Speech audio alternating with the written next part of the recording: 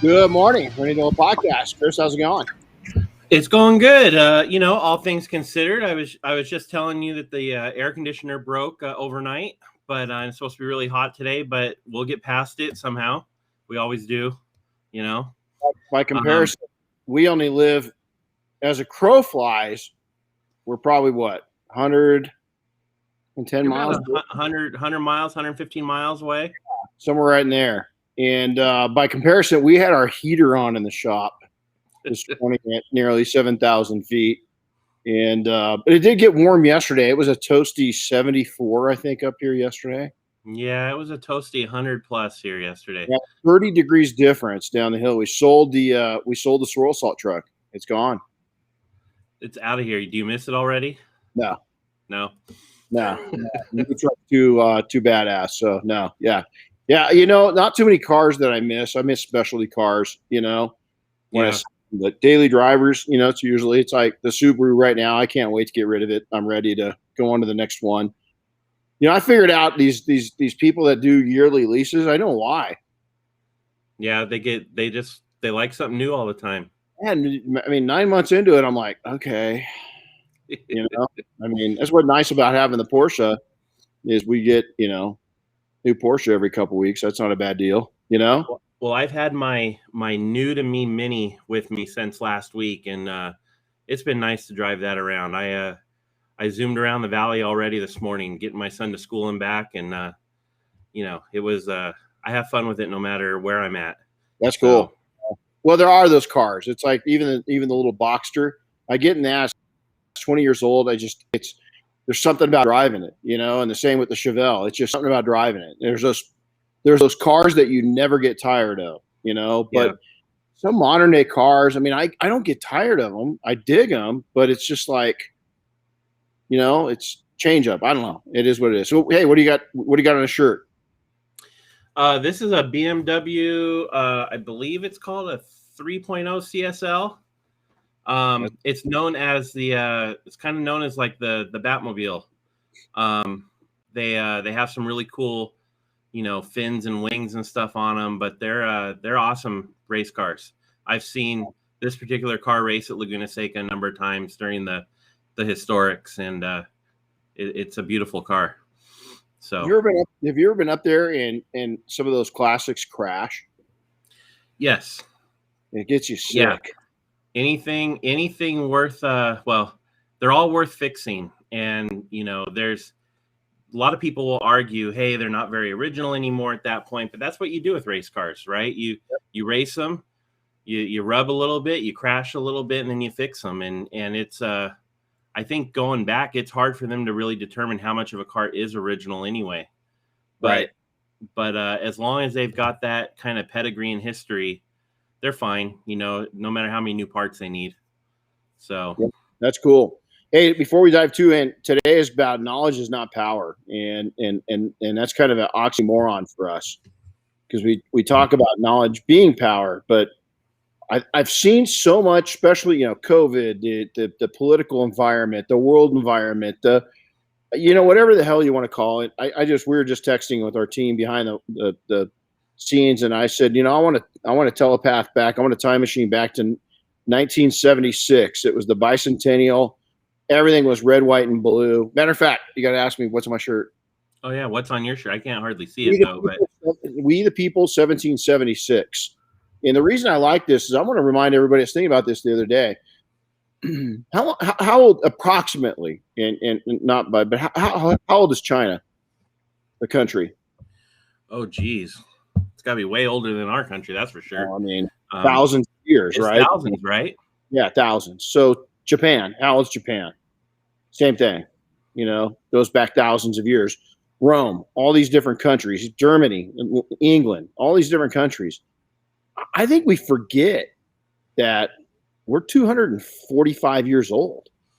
We're very young. We're young. And I see what we're going through right now as kind of our pre-adolescence. We're just a kid that's a little bit out of whack and needs to, we're growing. And terrible twos. And so, I keep looking at what's going on. And that's part of it right now. I see so many people buying into the anger. And let me tell you, man, anger is cool. And I keep a watchful eye on everything in our society and our government. I don't like a lot of stuff that's going on, but man, we're still an infant country. And I'm not saying, hey, give us a break and let it go, because how many revolutions has France had? How many revolutions has Japan had? I watched a documentary on the Empire of Japan, and I mean, there was one time period of this one family that was like 200 years, that just this one family, and that they'd gone or the clan, I should say, is they'd taken over and kind of brought peace to Japan for the first time in 200 years. Well, Jesus, we're just a little older than that. That was just one segment of their history. And so I wore this today because it's like, man, I just keep thinking that we're young. Stop, And let me tell you, if you're an entrepreneur, you better take a deep breath, because all that anger is going to come out in the wrong ways, man. It's going to retard growth. It's going to do a lot of different things, and you might be killing it right now, dude. I mean, it's not hard to kill it right now. I mean, it really isn't. I mean, it takes work, right? But it's not a struggling time. And my fear is that a lot of these people that are going off the rails, listen, some of the people you listen to, they got a platform. They can go off the rails. It's not going to hurt them. Matter of fact, some play off that anger. Some play off that division. Some play off that opening your eyes to things. I'm not that person. I got to watch what I say. And most likely the people listening to this, you're not that person. You got to be careful, dude, because you don't know what's going to come down that could hurt you later. And they go back and they see things or conversations happen, and people whisper in other people's ears what was going on way back in 2020 and 2021, and now it's 2025, and your position's changed, and you got a new opportunity, and that opportunity fails because way back 4 or 5 years ago, you got angry. And I don't blame you for being angry, but spewing it is dangerous. You can do whatever you want. I'm not saying don't do it. I've checked out of a lot of this stuff. I've just checked out. But it comes down to this. So, hey, we want to thank P&S as usual. As a matter of fact, you can see my Swirl Killer coffee. Yeah, what do you got there? Show everybody. Yeah, so this is our Swirl Killer coffee. This is our traditional. We've also got a 60th anniversary. I've got my press out sitting right now, which one of our students gave us, and that thing is, man, I need to take and call him out. I've got a card. I've got to thank him. It's been months, but we want to thank him. And then I wanted to real quick before I dive in, because I'm going to get really involved. The Swirl Salt truck was a 2014, and we used it in the shop a lot. It went all over the country, seeing different events, to different projects and all this and that. So it had a little funk in it, And well, so you let the students use it every time we had training, and that's a lot of different butts in the seat, and we know what butts do. Yeah, that's exactly it. That's exactly it. So I put a couple days ago, I put an odor doc in there, and this is our Odo kit. It's really cool. It's all pre-measured. Your whole kit's down in there, instructions. But it made me think about smells, and this did such a great job. So I just wanted to take and bring that out. So, hey, you ready to jump in? So you're going to have to jump in. Yeah. I'm going to jump into this thing. I'm going to get a little worked up. All right. Hey, real quick before you do, another quick fun fact about today before you go and enjoy your coffee. It's the first day of fall. Well, that's why my heater had to come on in the shop this morning. That's right. It was cool. Man, I love this time of year. This is my favorite time of year. It's awesome, especially up here. So hey, busy weekend for you. We had a busy week last week. We had students in. They were on the podcast with us. You were up here. Great class.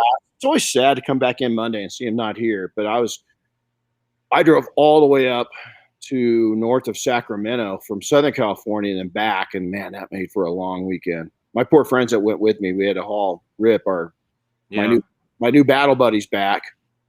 I did some deep cleaning on Saturday around here.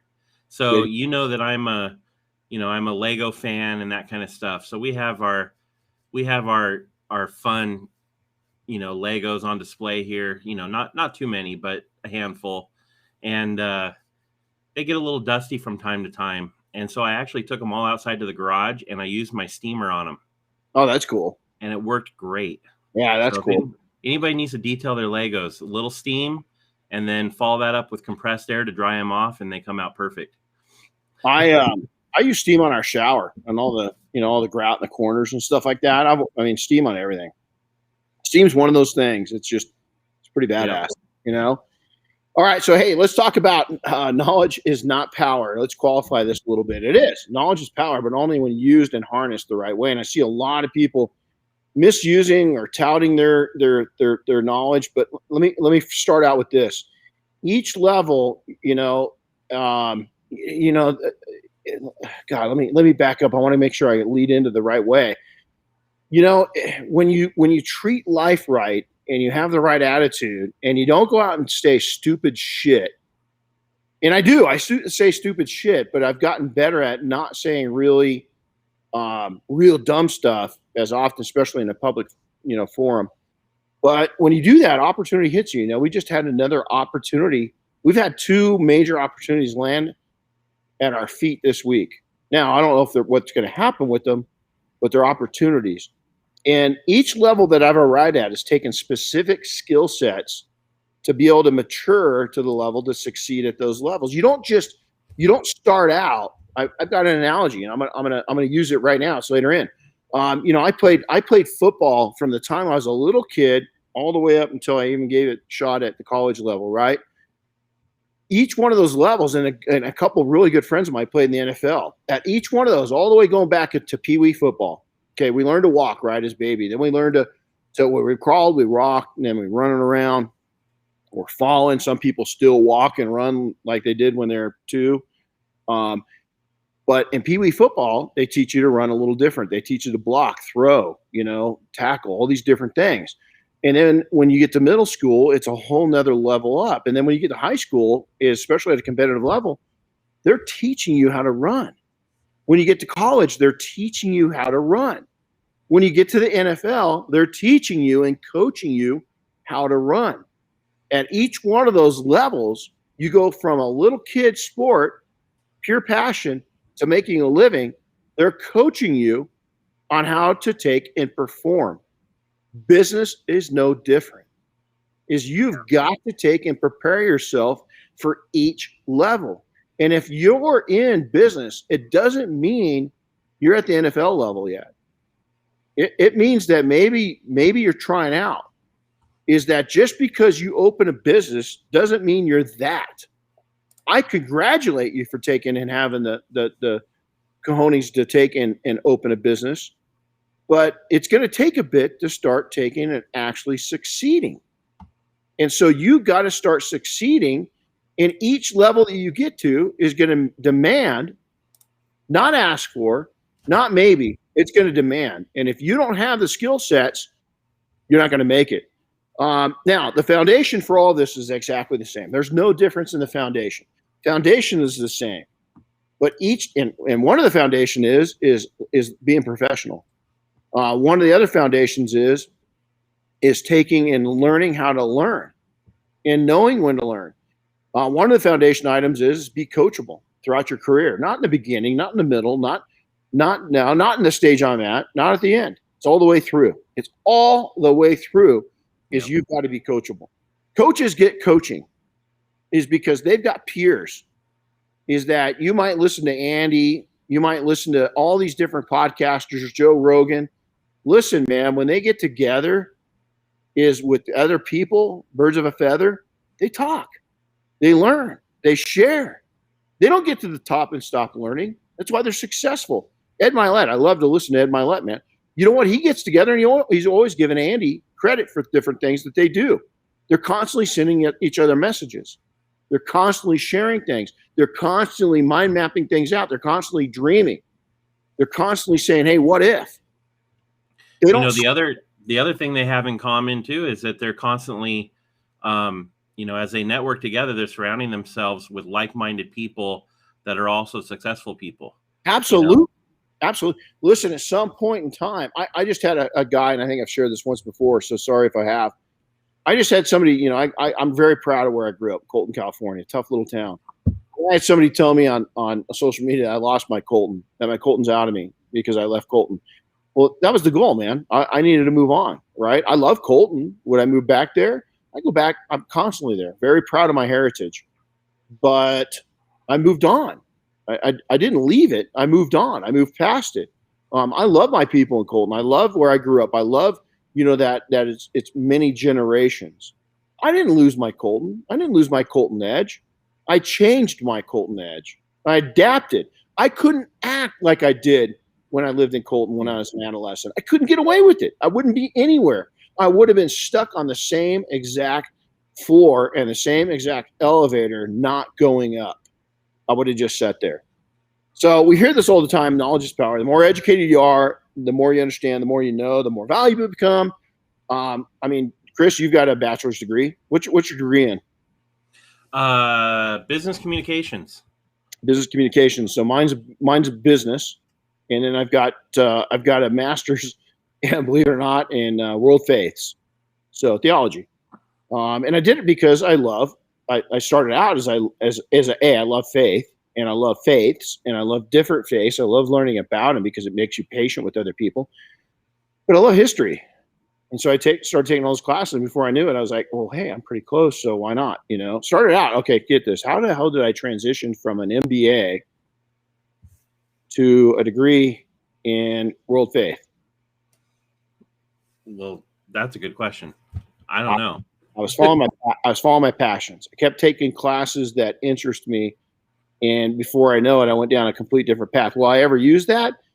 Yeah, I think it's made me a much more reasonable person with a much wider bandwidth of people, because I understand their foundation. And that's what we're talking about now. So books, college, graduate school, trade school, specialized training, we're into this. Those are all important.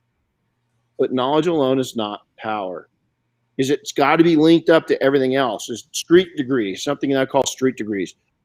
Listen, and again, everybody thinks that you jump in and it's going to be your freshman, sophomore, junior, and senior year. And in that year 5, you're into the big leagues. Not necessarily. Some people can be in their freshman year of business for 4, 5, 6, 7 years. We've talked about this a lot in the past. Some people excel a little faster, some a little slower. It really, looking back, I was successful at business in months. But I didn't really become, a full-fledged sophomore or junior probably until 7 or 8 years in. It took me a little longer. And the reason why is because my foundation, the way I grew up, my beliefs, my lack of belief in myself that I deserved it. I had 100% commitment that I was going to do it. I just deep down didn't think I deserved it. And that's part of knowledge and success right there. Right. I really like to see people get a combination of everybody saying college isn't needed anymore. I disagree. I think college is bullshit right now. I think if you're going to become a doctor and attorney, or you're going to be a CPA or something like that, that's one thing. You got to have a special degree, engineer. But if your goal is to be an entrepreneur, is that there's a lot of education that you can do. Mine was all online, 100%. I mean, I've taken classes in person, when I was younger, but I still take classes. I still learn, and distant learning, a lot of it's in person, a lot of it's online. And I really like the online version because it's portable. It's handy. But here's the deal, that if you think just your street degrees alone is going to pay for it, or your college education alone is going to pay the dues to do, you're wrong. You listen, if you got street degrees, you might be a true warrior. But if you don't know finance, if you don't know numbers, if you don't know business, if you don't know marketing, know it, not, oh yeah, I put ads together. Hey man, there is a difference. What's working? Where are you? How rapidly are you growing? How are you exchanging your platform, your place in life? Are you constantly growing and moving ahead? Are you making your life easier, or do you keep struggling? Those are the things that you got to ask yourself. And if you keep struggling year after year after year, listen, the first 2, 3, 4 years is going to be a struggle. Some of you listen to this and say, man, I hardly struggled at all. It's coming. We've had a great economy. We're good. It's not. It's like riding a motorcycle. It's not if you're going to come off. It's when. Listen, you're going to face struggles. We've seen personal struggles in people's lives. So many people losing people they love right now, right? Those struggles could be a hurdle. Those struggles could be a speed bump. You never know when you're going to hit those struggles, and you better know how to get out of it. And a lot of people haven't been conditioned to be able to get out of it yet. Is that we've had easy times and they haven't hardened themselves. They haven't made themselves any smarter. Is that they think the gravy train, it's always going to be like this. I hope it does. But even if it does, how are you going to get past this point? And it's going to take a combination of knowledge and street degrees to get out of it. So a good technician versus an amazing entrepreneur. Personality. Your personality and the way that you bond with people, the way you connect with people is really important. It's hugely important. Is connectability. I was actually thinking about that exact thing this morning. I was, when I drive my son to school, I go under this overpass at the freeway at the 101. And right now, man, it is a hot mess of homeless people and trash and garbage. And I was looking at it, and I'm like, is there ever a possibility that I could find myself in that position? And I thought about it, and I thought probably not, because I think what helps us stay out of situations like that and not get into trouble is our personalities. It opens up doors and opportunities for us. Absolutely. Well, and for many of us, some people don't have these warning, signs. They don't get the little blinking light when they're in trouble. I've always had an early my ejection seat warning has gone off way too early in life. I could have been probably steps, leaps and bounds ahead of where I am right now, but for the conditions I grew up in, is that my aircraft was telling me, man, your ejection seat's going. You're going out of this thing. Get out while you can. Mm-hmm. And that was a good thing, right? Because I didn't have a safety net. Even though I made massive mistakes, the fact that I survived those mistakes and wasn't homeless is a tribute to what you just said, is that it was my personality. I was able to work my way through it. And a lot of that was connectability with other people that allowed it, my ability to make connections with people, and then personality and persistence, those things right there. And so the relationships, the difference between a technician and a master entrepreneur is they know the value of relationships. Now, what I mean by that is not just building and getting to know people. It's not staining as you go. It's not implementing your views on other people. Where are we seeing that right now? All over social media. Everybody's bringing a hammer to the conversation. If somebody's got your ear and they're angry, get away from them right now. Get away from them. Anger has no place, and it's aging you, it's hurting you, and it's doing nothing for you. Somebody's feeding you bullshit. It might be truth, but it's turning into a pollution for tens of millions of people right now are polluted. They're absolutely I don't have any room for that. And, on the political side right now, I think, you and I have had a lot of conversations about what's going on, but if you've noticed, we've backed way off of that. I think both of us we just got tired of it. It's like time to go on with our lives and build up. And, we're watching what goes around us. I'm not blind to things. I've been around a long time. I just know that you got to watch things and don't allow yourself to get caught up in it, because it's going to wreck you. It's going to do nothing but it is a wrecking ball, and it's going to hurt you. It's going to hurt you bad.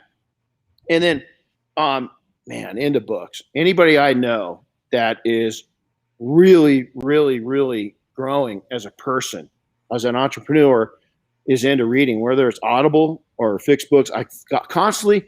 There is not a day. Well, there is. There's seldom a day. I'll say that. Seldom a day that I don't educate myself within a variety of things. Is I just had a major change in my life. something brand new to me that's not brand new, but new in 28 years, and really never to this level. And I want to tell you what it's done for me and for my business. The communications in my brain of having a new interest, it has sparked something I haven't felt in a while. And it sparked something, a love affair for this new thing. But it's got me excited about life and business. Like, really excited. Like, I wake up with a new purpose. At 50 freaking 5 years old, I've got a purpose like I haven't had in a bit. And I'm going to tell you, it's exciting. And I keep saying it over and over again, is that you've got to have an interest outside of business. I know grind it, all this bullshit 24/7 and all that crap. Listen, I get it. I know but you know what? You're going to burn out if that's all you think about. And I'm telling you, in 2 weeks, I have felt an energy from having a new outside interest that is going to change my life.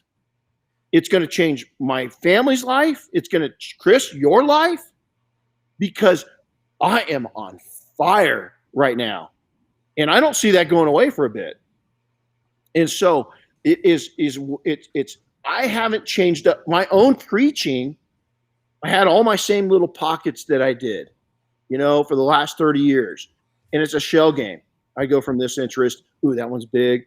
And it is. I've been very committed to my things. This is a search and rescue. 95% of the search and rescue that happens in the world is volunteer teams. I've been on that team for 30 plus years. And I've come in and out of it a little bit through the years, more serious, less serious. But let me tell you something, is that just having this new interest is taken and catapulted. Now your new interest could be learn how to play chess, which I highly recommend. It could be learning. It could be taking and starting to microbrew out of your garage. Whatever it is it changes lives. So each stage of success will take a new arsenal of skill sets. Is that you're never going to be able to take and use the same set of skill sets. They're foundational. There's the foundational skill sets. But what you're going to learn is that as you progress and as your platform changes, is that you're going to have to tweak even the skill sets that you've got at that new level. But here's the tricky part. You got to be able to go back down to the basement floor and use the skill sets you had at the basement floor at the same while you're at the 75th floor. You got to be able to a really good basic example of that is, us detailers, whether we're mobile, we have a shop, as we slowly add services to our business, as our business grows, right? Mm-hmm. We have that same foundation to our business, but we add things like paint protection film, window tint, that kind of stuff. And we have to go get trained for that and continue to add that knowledge on top of that foundation we already had. Absolutely. And then of course, apply it and make it work for us. And here's another one. Most of us are going to, at some point, engage in hiring help. You're going to have a whole separate skill set for people working with you and for you. Is that it takes a whole different mindset. A, you got to delegate. B, you got to be okay with delegating. C, is that you've got to be you've got to be professional. There's all these other things that come into it, that play into it that you're going to have. Another example is that when we're all young, is that in driver's education. When we're 15 here in the States. I wish we were like abroad. I wish we were like a lot of in Germany, where the demands to learn driving are much higher. They've probably got 50 to 100% more schooling involved in their driver's education. But here is that for a lot of us, driver's education stops when we get that license. There is no more. It's done. But yet, I've gone to race school. I've gone to track days. I've gone to all these different things. When I went through the Sheriff's Academy as a reserve deputy, I went through evasive driving. I went through all the spin on the wet course, all these different things to increase it. And you look at, I just lost a good friend of mine, man. Dave Ashley died. Have you been watching the videos I've been posting up? I've seen some, yeah. Yeah, the guy's a Hall of Fame Hall of Fame. He's one of the most winning off-road drivers of all time. We just lost him. Which last night was the night. It hit me. because it was officially released, that he had passed, and it was like, whoa. But, Dave went from is an amazing career for motorcycles straight into the heavyweights. But he raced. This is pretty cool, and I didn't know this. He worked on the Raptor project for Ford because he's with Ford. He raced the very first Raptor, in an off-road race. I mean, so he had that. But he went over. He also had the very first NASCAR Truck Series. He was the one, him and his team, basically invented an entire new category of racing, and he went from dirt to track. Mm-hmm. And the skill sets for that were very demanding, yet he was able to take and transition. But the truth is, your ability to apply knowledge you gain to make an impact in your life and on those around you is real power. Is making an impact is real power. So you've got to look at this. Is what you're gaining, is it going to make, again, that's why you only have so much time in a day. And I just want to caution you is that don't spend a lot of time looking at polishes. Don't spend a lot of time looking at new equipment. It's fun to look at those things. What you want to spend time for is feeding your brain knowledge. And you want it verifiable knowledge. You want it to where right now in business and in most industries, there's a lot of theories floating around. And in my life, I mean, we have things pop up it's new, right? We don't have a lot of theories anymore. We've got enough track records, we've got enough age, we've got enough diversity in age, all the way from entrepreneurs that are teenagers all the way up to 70 years old. That knowledge is valuable. That variation of knowledge is valuable. And so that real life experience knowledge is valuable. Listen, is that you take a person that is maybe battle ridden, is they're going to take, and they've been into battle. You take a person that was EMS, you take a person they're going to have something that most people don't have. And they can share that with you, is that there's all these different people you're going to come in contact with that you don't know what their experiences are. But if they're successful and they're at a level that you think is pretty cool and you admire, you need to stop, get eyes on them, get ears on them, and watch them, observe, and ask them to mentor you a little bit. Ask them questions, even if they're customers. Slow down and ask them. Don't bend there too much. Respect their time. Some won't mind. I mean, I had people who are major founders of major companies, billionaires, and I would sit there and smoke a cigar with them for an hour and just ask them questions. And it was amazing. But it started out slower with me just asking a subtle question, them seeing I was interested in it, and them wanting to pay it back and taking and teaching me. Knowledge is the most powerful when it's consistently applied. Listen, you can't, it's just like racing, is that there's a time to put the brakes on. When I've gone through track days and driving school, I was shocked at when you slam the brakes on, because I'm back here putting the brakes on, 100 yards back to go in this sharp corner. No, they're teaching you slam them on about 20 yards out hard, and then you're off the brake and onto the pretty much full pedal, coming out of the turn. It's amazing. And that's kind of like the skill sets in business. It's got to do the exact same thing. I can give you perfect information, perfect knowledge, but it won't change your behavior one single bit. Now, Chris, you added that part in, is that we always have something that we say, is that we say that we make suggestions, you make decisions. Right. Is that people, you are given knowledge, you can accept it, and you need to look at it, you need to verify it, and then you make the decision if you're going to use it or not. Most people do not have the ability to act on knowledge. They just act on foolishness. Right now, we're seeing a lot of that right now. We're seeing brilliant people that I have a lot of respect for that are really struggling, and they don't see it yet, and they're pinning themselves into a corner. They're going to be where they're at for a long time. And where they're at's a good spot. Maybe they're happy there. I've never been happy being in the same spot for very long. Is that even in our companies now, we're constantly on the move. We want to change things. is we want to take and grow. We don't want to grow in workload. We want to grow in things that are helpful, profitable, and don't demand more of us, and that we can delegate. All of us, our entire team, that's what we're involved in.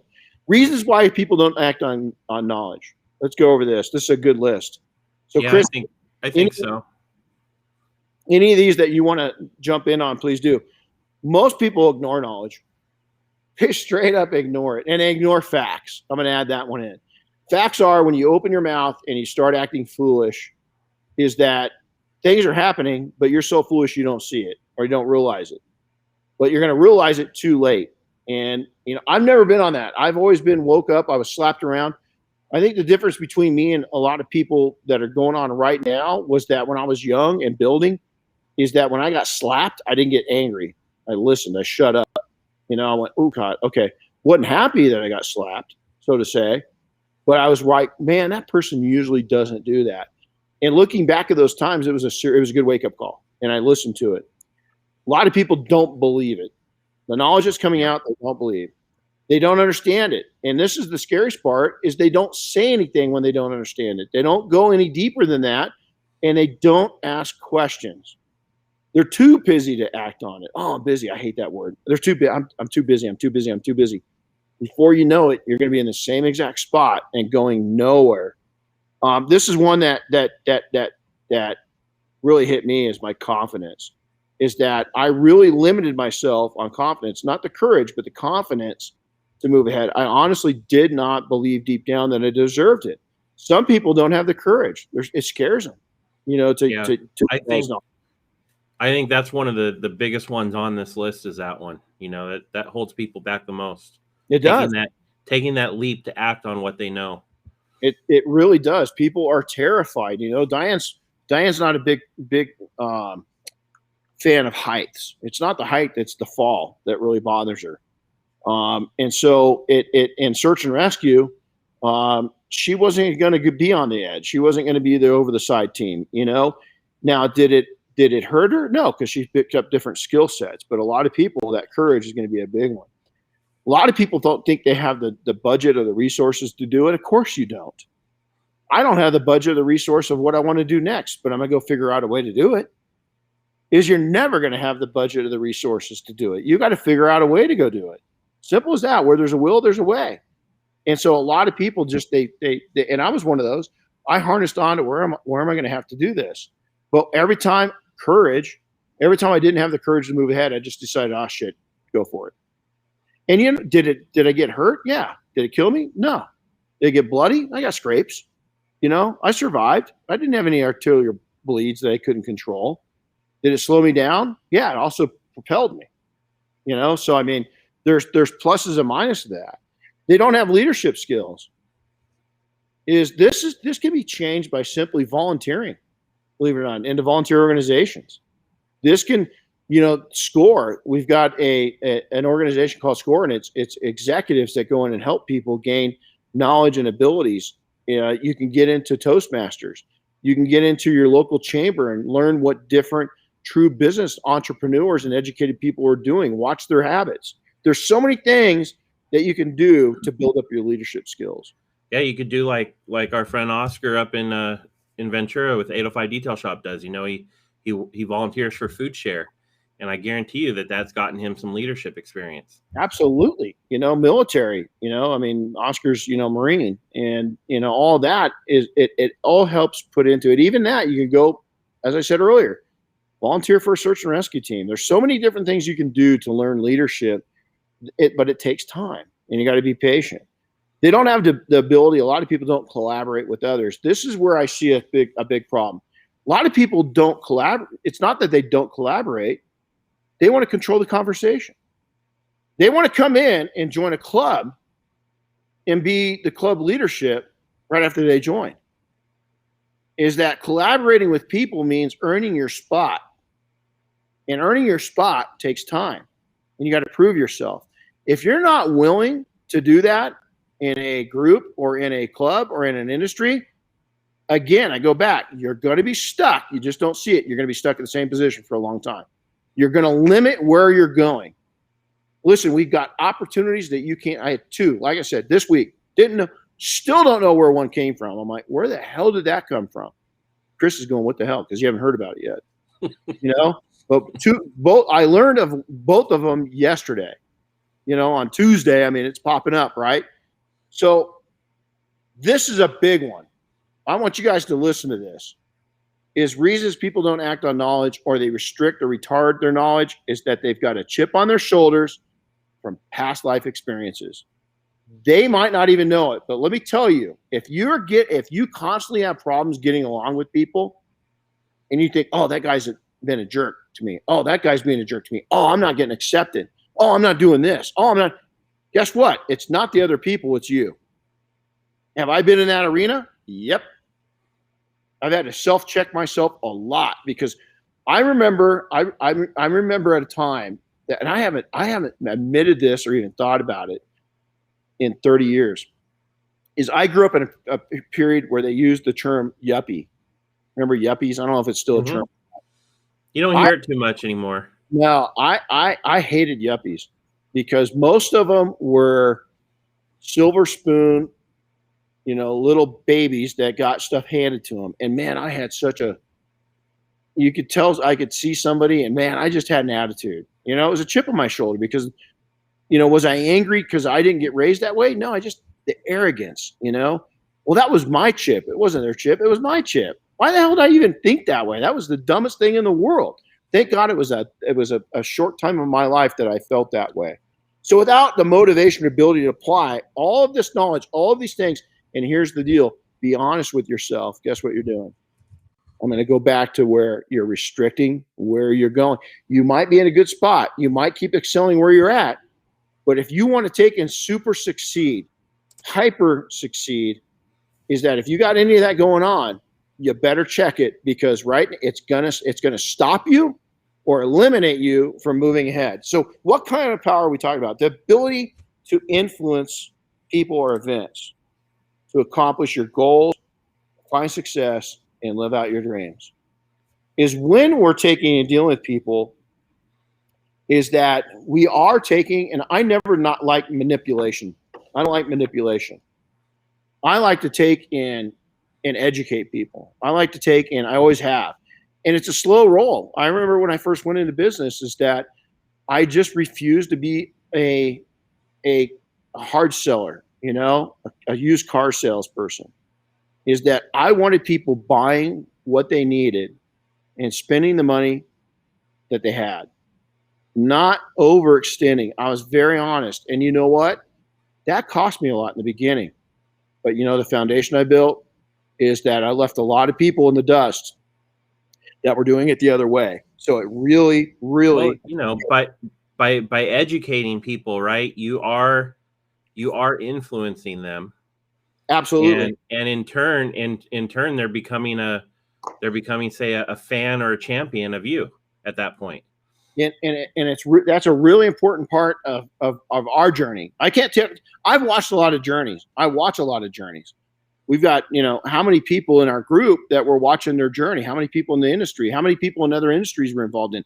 How many people in the military? How many people in search and rescue? How many people in life? I rub elbows with entrepreneurs from every walk of life possible. I mean, every walk of life possible. And it's pretty cool to see the ones that have figured that exact approach out. Is you're being a solution, not a sale. They don't look at their customers as a sale. They look at it as an opportunity to be a solution to what their customers need. And that's really important. So this is some of the value part of it. We're gonna wrap up, but I want you guys to everybody to really listen to this, especially the last one. Earned versus gifted. Not gonna be gifted anything. You've maybe been lucky in the past. Maybe you're lucky right now, but at some point your luck's gonna run out. You got to be gifted. You got to work really, really hard to arrive, because 99% of us haven't seen your story before. We only see what we're seeing now. And so every time you change positions, you got to re-earn a little bit of respect from the people around you, your peers, your customers, all those people. You've got to earn it. And so I want you to think this. If you think about success as a ladder, every time your feet go to a new rung, you've got to earn a new level of respect. Simple as that. Your validated value, what's that mean? Is a top dog and a pack of amazing dogs. Is that, listen, if you're hanging out with a wolf pack and you come in and you're accepted into a wolf pack, which is what our industry is that you can't demand the top position. You got to earn that position, and you're going to be challenged to that position. And if you take and you respectfully work your way up, you'll get to that position. But if you try to take and fight your way through, the pack will kill you. You're trying to get something before it's time that you haven't earned. And even Mother Nature sees that, witnesses that, and is accustomed to that. So you got to make sure that you earn that. Now, this is the last thing I'm going to talk about is drama. We all see people that seem to just be in the middle of drama nonstop. They're constantly bringing drama into their life, into other people's lives. They're getting involved in other people's business, their business, that person's business, this person's business. They're all around in everybody else's business. And pretty soon, collectively, it all starts caving in on you. Is that, you know what? Run your own race, support the people around you, and stop bringing drama. If you're bringing drama and you're trying to poke the people in the eye to get a reaction, you don't even know it, but you've completely stunned your growth as an entrepreneur and as a person. You've completely stunned your growth. And instead of, when you see somebody make a mistake, is when somebody makes a mistake or they make a post, instead of going after them, even if it's a negative post, what is going on in that person's life where they feel like that? And how can I soothe the situation? That should be the answer, not making it worse. If you get joy out of making it worse, there's something wrong with you. And I've been there. Let me own that, man. Back when in the early part of the 2000s, when forums were just getting started, I poked a lot of people in the eye.